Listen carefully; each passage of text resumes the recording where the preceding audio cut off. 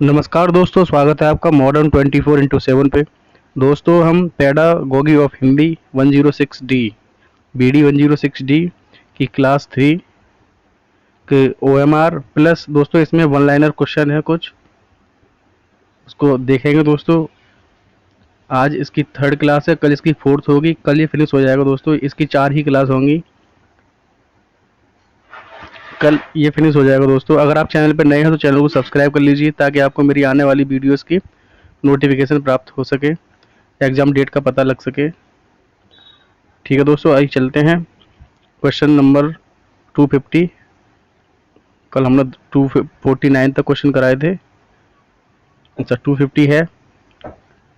खून खौलना यानी क्रोध आना, आंखों का तारा बहुत प्रिय, गागर में सागर भरना, थोड़े शब्दों में अधिक कहना। ऊँट के मुंह में जीरा का मतलब है आवश्यकता से बहुत कम मिलना। नाच न जाने आंगन टेढ़ा यानी काम न आने पर बहाने बनाना।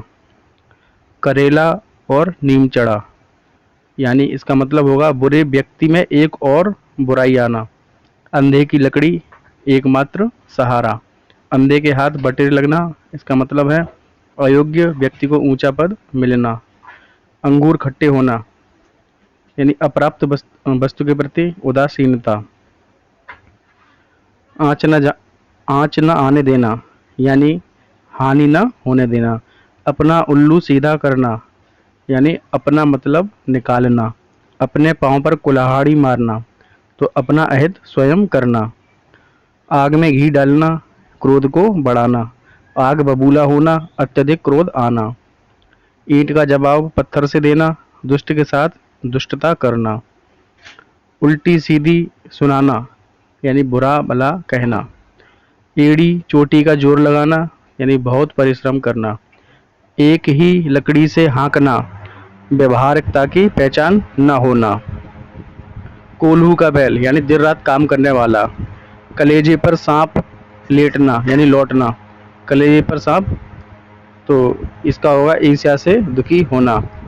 कान पर जूं न रेंगना, बार बार कहने पर भी ध्यान न देना। किंग कर्तव्य विमूढ़ होना यानी कुछ न सूझना। कलेजा मुंह को आना यानी अत्यंत व्याकुल होना। घोड़े बेचकर सोना यानी निश्चिंत होकर सोना।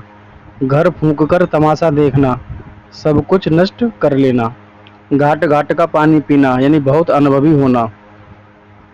चोली दामन का साथ यानी पक्का संबंध। छठी का दूध याद दिलाना, कठिन स्थिति में डालना। तारे गिनना, इसका मतलब है दुख से रात काटना। दाल में काला होना, इसका मतलब है शंका होना। दिन दूना रात चौगुना होना यानी अत्यधिक उन्नति होना। नाकों चने चबाना यानी बहुत तंग करना।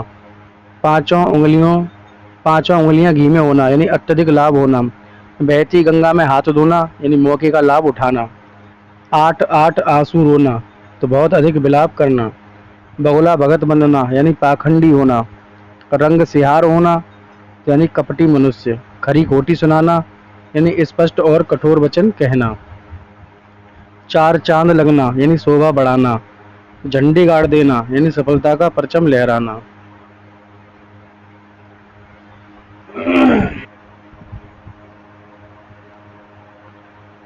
गड़े मुर्दे उखाड़ना यानी शांति भंग करने वाली पुरानी बातों को प्रकट करना। एक पंथ दो काज यानी एक ही साधन से दो काम होना। विलोम शब्द का चयन कीजिए, तो आविर्भाव का होगा तिरोभाव, स्थावर का होगा जंगम, संधि का होगा विग्रह, वक्र का होगा ऋजु, क्रस का होगा पुष्ट, उन्नति का होगा अवनति, निंदा का होगा प्रशंसा, अचल का होगा चल, अनुकूल का प्रतिकूल, अकाल का सुकाल, अमृत का विष, आदर का अनादर, अथ का इत्य, हर्ष का विषाद, स्वर्ग का नरक, गुरु का लघु, धनी का निर्धन, सरल का जटिल, विश्वास का अविश्वास, एकता का अनेकता, दंड का पुरस्कार, अनाथ का सनाथ, पाताल का आकाश, अंत का आदि, संपत्ति का विपत्ति, इष्ट का अनिष्ट होगा, गौरव का लाघव, क्रोध का क्षमा, कोप का कृपा। नीचे दिए हुए वाक्यों का एक शब्द में अर्थ का सही विकल्प ढूंढिए। जिसका कोई शत्रु उत्पन्न ना हुआ हो तो उसे कहते हैं अजात शत्रु। Option B right answer. दूसरों का मुख जोहने वाला उसको कहते हैं परमुखापेक्षी। ऑप्शन था is right answer. Question number 323, जिसके पास तुरंत सोचने की शक्ति हो उसे कहेंगे प्रत्युत्पन्नमते। प्रत्युत्पन्नमते।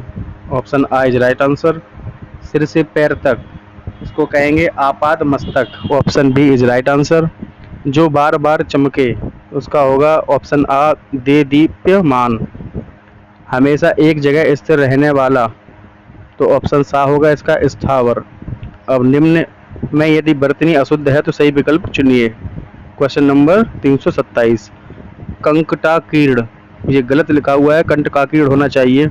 अच्छा, कंकटाकीर्ण लिखा है तो इसमें कोई भी अशुद्ध नहीं है। कंटकाकीर्ण, कंटकाकीर्ण, कंटकाकीर्ण। वैसे कंटकाकीर्ण होता है। अब पता नहीं किस हिसाब से क्वेश्चन दिया है, मेरे हिसाब से तो ये है क्योंकि इन्होंने गलत लिख रखा है कंकटाकीर्ण, तो इस हिसाब से कोई अशुद्ध नहीं है क्योंकि वही अशुद्ध है। ठीक है दोस्तों। Question number 328, स्त्रीखला। इसका होगा श्रृंखला, क्योंकि श्रृंखला ये ऐसे इस टाइप से नहीं लिखा है। श्रृंखला है ना, श्रृंगार वाला जो श्रृंखला, ये ऑप्शन सा सही होगा। अन्यो आश्रित। अन्यो आश्रित नहीं होता है, अन्योन्याश्रित होता है। तो option B is right answer. झंझावती। ऑप्शन सा होगा इसका झंझावती। उद्विग्नता, ये गलत है, इसका होगा उद्विग्नता। उद्विग्नता। Option B is right answer. और दोस्तों ये कुछ पर्यायवाची हैं, इनके शब्द लिखने हैं। पर्यायवाची शब्द, अग्नि का होता है पावक, अनल आग। अश्व का होता है घोड़ा, तुरंग है बाज। अनिल का होता है हवा, वायु, समीर, पवन। आँख का होगा चक्षु, नयन, दृग, लोचन। अमृत का होगा सुधा, सोम, पीयूष, अमीय। असुर का होगा दानव, दैत्य, राक्षस, निशाचर।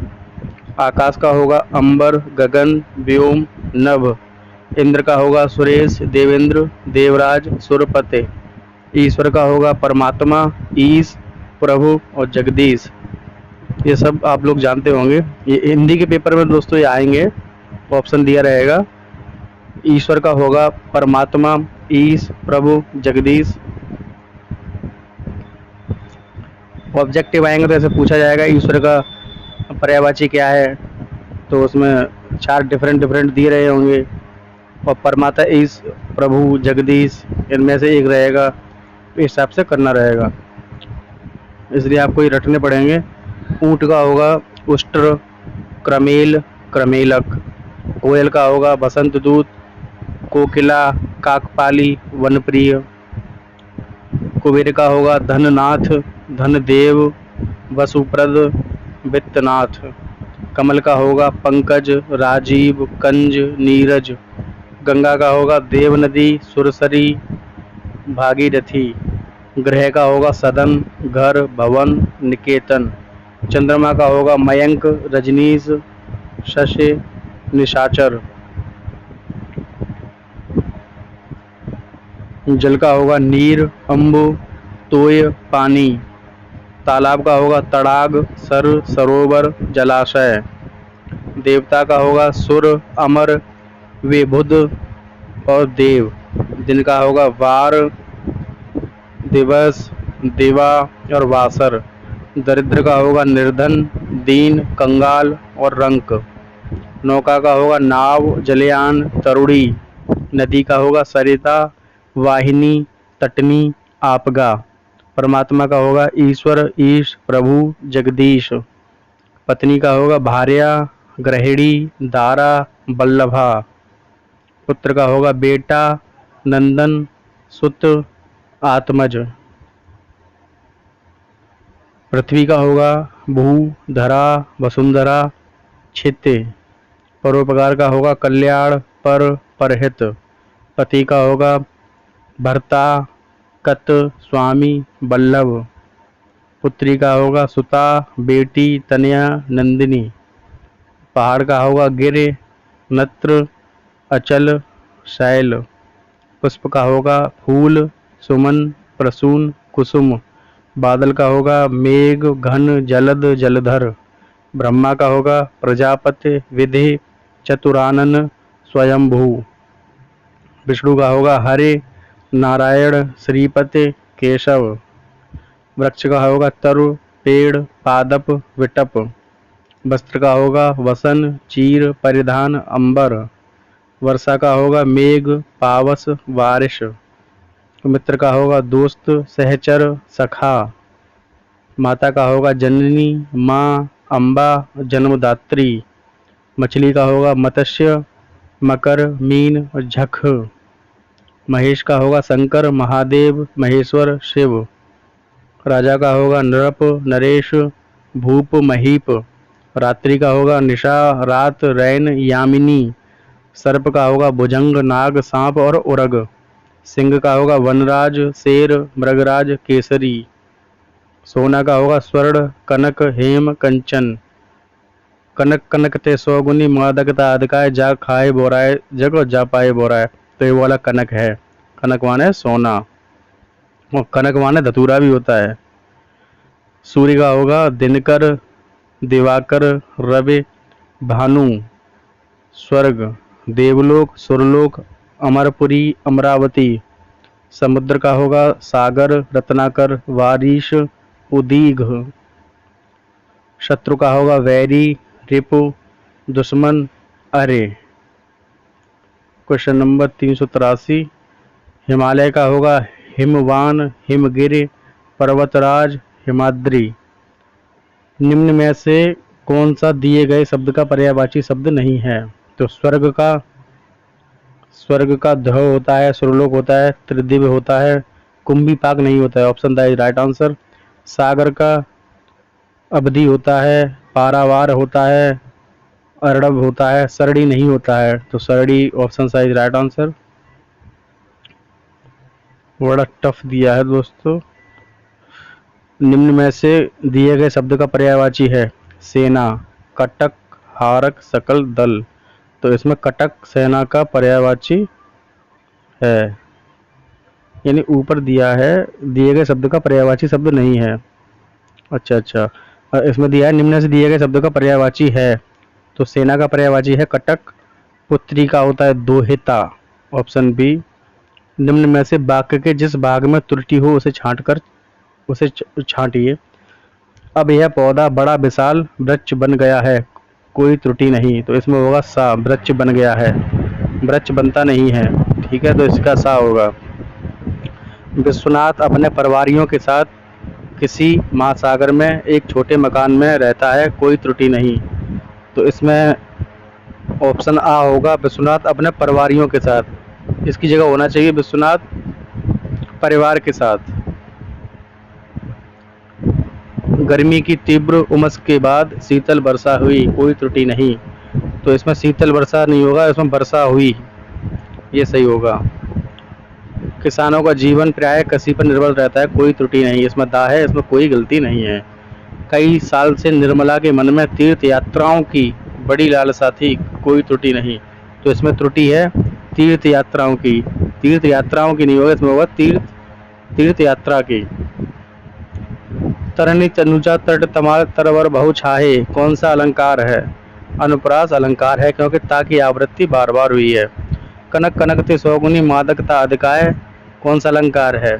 तो इसमें यमक अलंकार है, क्योंकि कनक कनक दो शब्दों एक ही शब्द है, लेकिन दोनों के अर्थ अलग अलग हैं।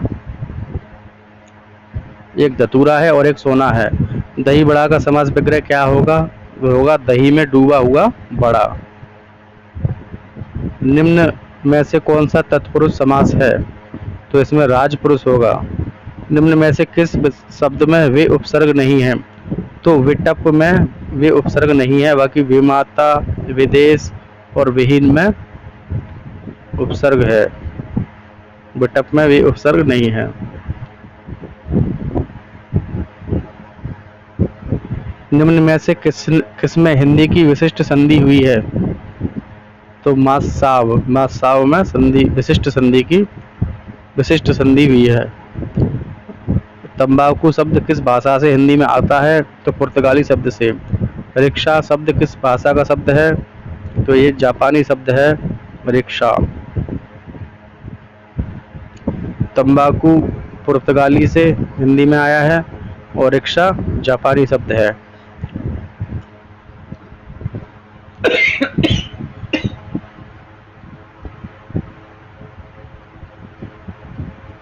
कौन सा शब्द तद्भव है? तो खत्री तद्भव है।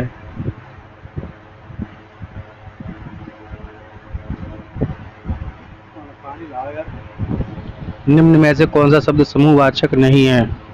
तो सागर समूहवाचक नहीं है। टोली, इसमें समूह होता है, गुच्छा, गुच्छे का गुच्छे में मतलब जैसे अंगूर का गुच्छा है तो वो समूह में है, कई सारे अंगूर होते हैं। ढेर, जैसे कूड़े का ढेर, मलबे का ढेर, किसी का भी ढेर हो सकता है, तो ये समूहवाचक है। सागर एक है।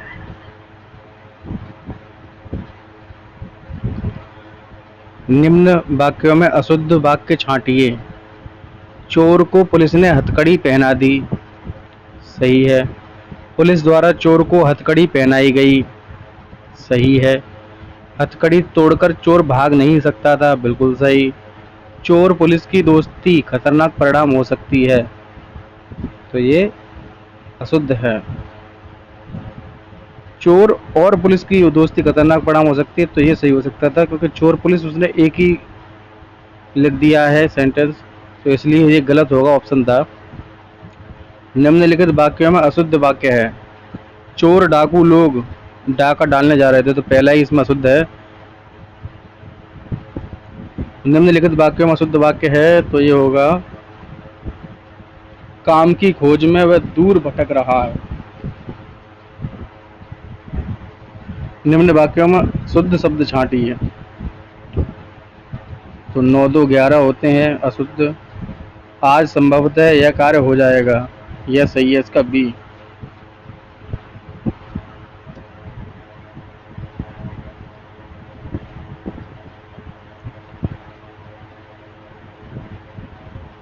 निम्नलिखित वाक्यों में शुद्ध वाक्य है। तो भारत सरकार परिवहन नियोजन पर बल दे रही है। सिनेमा मनोरंजन की अच्छी प्रणाली है। सामाजिक कुरीतियों पर प्रहार होना चाहिए। प्रेमचंद अनेक उपन्यास लिखे हैं, बिल्कुल गलत है ये। भारत सरकार परिवहन नियोजन पर बल दे रही है और सामाजिक कुरीतियों पर प्रहार होना चाहिए, प्रहार होना चाहिए, ये सही होगा दोस्तों, ऑप्शन सा इसका ये वाला सही है, ये वाला। और इसमें भी शुद्ध छांटना है। तो विवेकानंद ने विश्व के अनेक देशों में भारतीय संस्कृति का प्रचार किया, बिल्कुल सही है। विवेकानंद का प्रभाव आज भी दिखाई पड़ता है। विवेकानंद का प्रभाव गलत है। विवेकानंद योगी थे, उनकी योग साधना अनुकरणीय है, ये भी गलत है। टैगोर ने मानवतावादी कविता की, इसमें ऑप्शन आ सही होगा। निम्न में से शुद्ध वाक्य है, तो इसमें आ होगा। इसमें भी दोस्तों प्रसाद को मानव मन की गहराई की था है। प्रसाद को मानव मन की गहराई की था है।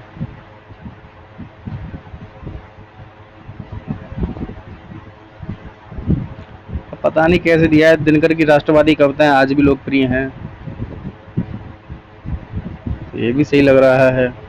पता नहीं, हो सकता है टाइपिंग एरर है, आप लोग देख लीजिए। सबका उदय चाहने वाला के लिए उपयुक्त शब्द है सर्वोदयी। जिसे आसानी से सिद्ध न किया जा सके के लिए उपयुक्त शब्द है दुह साध्य, option B is right answer. वीर पुत्रों को जन्म देने वाली के लिए उपयुक्त शब्द है वीरांगना। हाथ से लिखी हुई पुस्तक के लिए उपयुक्त शब्द है पांडुलिपि, ऑप्शन बी। भावना में बह जाने वाले के लिए उचित शब्द है भावुक। अनेक शब्दों के स्थान पर एक शब्द लिखिए। जो सब जानता है सर्वज्ञ, जिसकी उपेक्षा पहले से की गई हो अपेक्षित, जिस पर संदेह न किया जा सके वो निसंदेह, जिसके आर पार न देखा जा सके अपारदर्शी, और जिसके आर पार देखा जा सके वो पारदर्शी। जो दूसरों के दुख से दुखी हो संवेदनशील, जिसका ईश्वर में विश्वास न हो तो नास्तिक। गाना गाने वाला गायक, जिसका ईश्वर में विश्वास हो आस्तिक, जिसका ईश्वर में विश्वास ना हो वो नास्तिक। मंदिर में पूजा करने वाला पुजारी,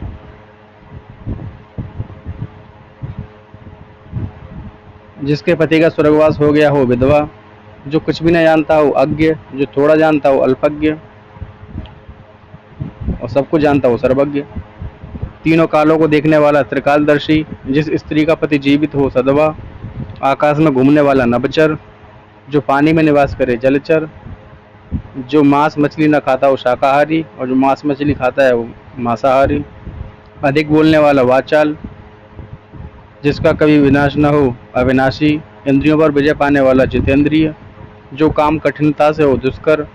पहले जन्म लेने वाला बड़ा भाई अग्रज, बाद में जन्म लेने वाला छोटा भाई अनुज।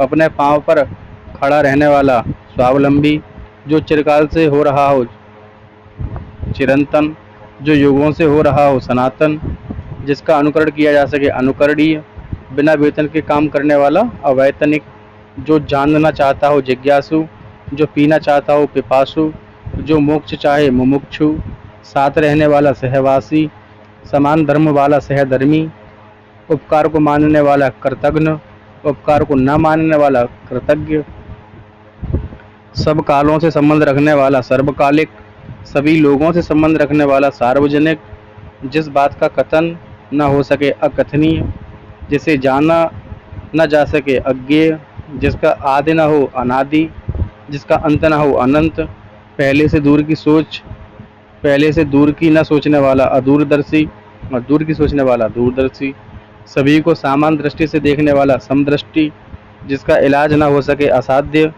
थोड़ा खर्च करने वाला मितव्ययी, थोड़ा बोलने वाला मितभाषी, फिजूल खर्च करने वाला अपव्ययी, जो क्षमा के योग्य ना हो अक्षम्य, जो मनुष्यता से दूर हो अमानुषिक।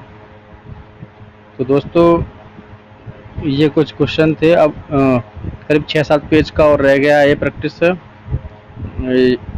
आपका हिंदी कल समाप्त हो जाएगा दोस्तों। उसके बाद BD 106DE लेकर आएंगे, जिसमें सामाजिक विज्ञान और इतिहास के क्वेश्चन हैं, उसको कराएंगे। फिर उसके बाद अपना साइंस चलेगा, विज्ञान शिक्षण फर्स्ट सेकंड और third, math physics chemistry bio वगैरह जो भी है सब विज्ञान को फिनिश करने के बाद GK का प्रैक्टिस सेट करेंगे दोस्तों। ठीक है, अपना ख्याल रखिए। Bye bye, take care and good night दोस्तों।